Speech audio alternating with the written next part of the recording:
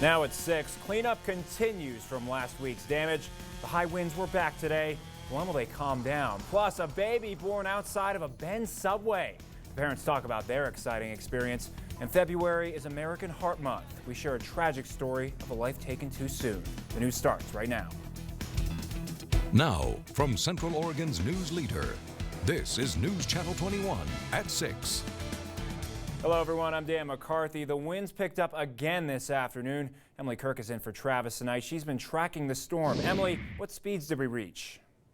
Yeah, Dan, well, like you mentioned earlier, it was really gusty over the weekend, and it was gusty for the early part of today. We reached 53-mile-per-hour gusts coming out of the south in Bend. Redmond was high as well, 33-mile-per-hour gusts, and those winds were sustained from 20 to 25 miles per hour for most of the day today. But you can see they did die off significantly. Coming out of the south, 26-mile-per-hour gusts in Bend, and those are going to die as we get into the evening hours tonight. But we are under a high wind warning for Deschutes, Jefferson, and Crook County, and that is in effect until 8 p.m. this evening, and that's when that will expire because the cool air is going to allow those winds to die down quite a bit. We're currently sitting at 45 degrees in Bend, winds coming out of the south, 17 miles per hour.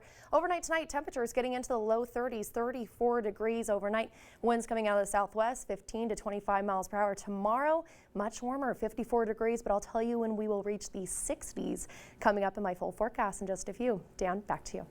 Emily, thanks. The wind did knock out power to nearly 1,300 Pacific Power customers south of Bend. Pacific Power says 3 segments of line in Deschutes River Woods were hit by falling trees. Thanks to repair crews, by late afternoon, only about 600 people were still without service.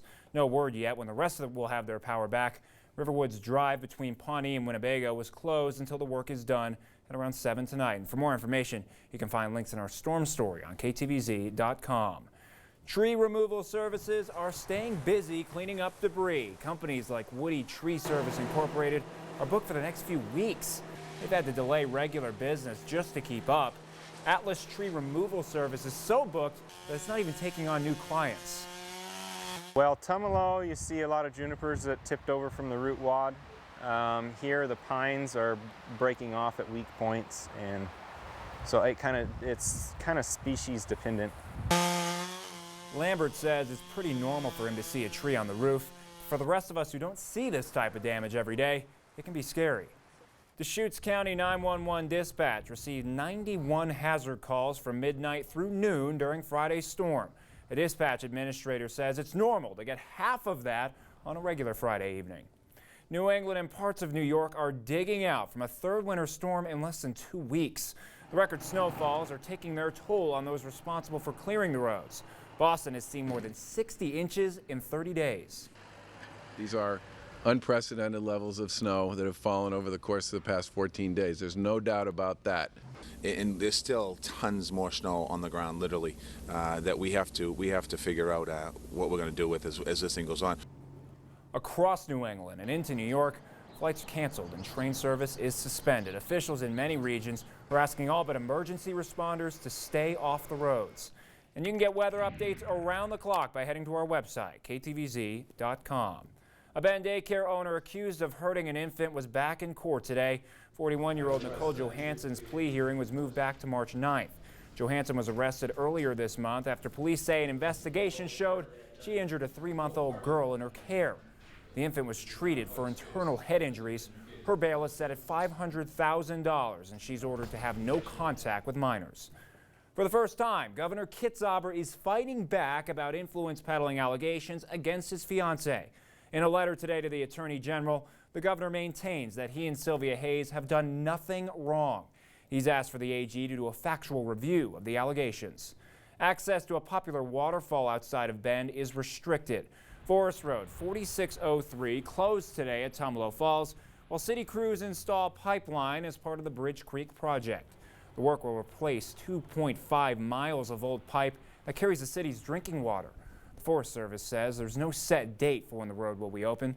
You can still access the Tumalo Falls area. You can go there by foot or bicycle from the Skyliners trailhead and the trail along the south side of Tumalo Creek. It wasn't exactly how a sisters couple planned on welcoming their baby girl to the world, but little Henley could not wait. She was delivered in the parking lot of Subway in Bend. Wanda Moore was at the scene on Friday and joins us now live. Wanda, what an incredible story. Indeed, Dan. Well, the Frutos were on their way from Sisters to St. Charles and Bend when it became quite obvious that they wouldn't make it there in time. So instead, they pulled over into this parking lot at Subway. The dad, himself a paramedic, called 911, and within a short time, firefighters responded. But little Henley had already come into the world. I don't know that I really had time to be worried or scared.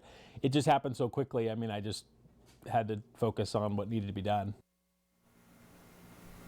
While he was trying to get the back of the car ready, the mom had already delivered the baby on the front seat. The Frutos gave me a copy of their 911 call, and that's just one of many things you don't want to miss in my full report coming up in the next half hour. Dan, back to you.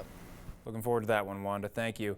5 Madras high schoolers are taking the trip of a lifetime. The junior ROTC group will fly to Normandy, France in June to participate in the annual World War II D-Day Memorial Parade and Salute.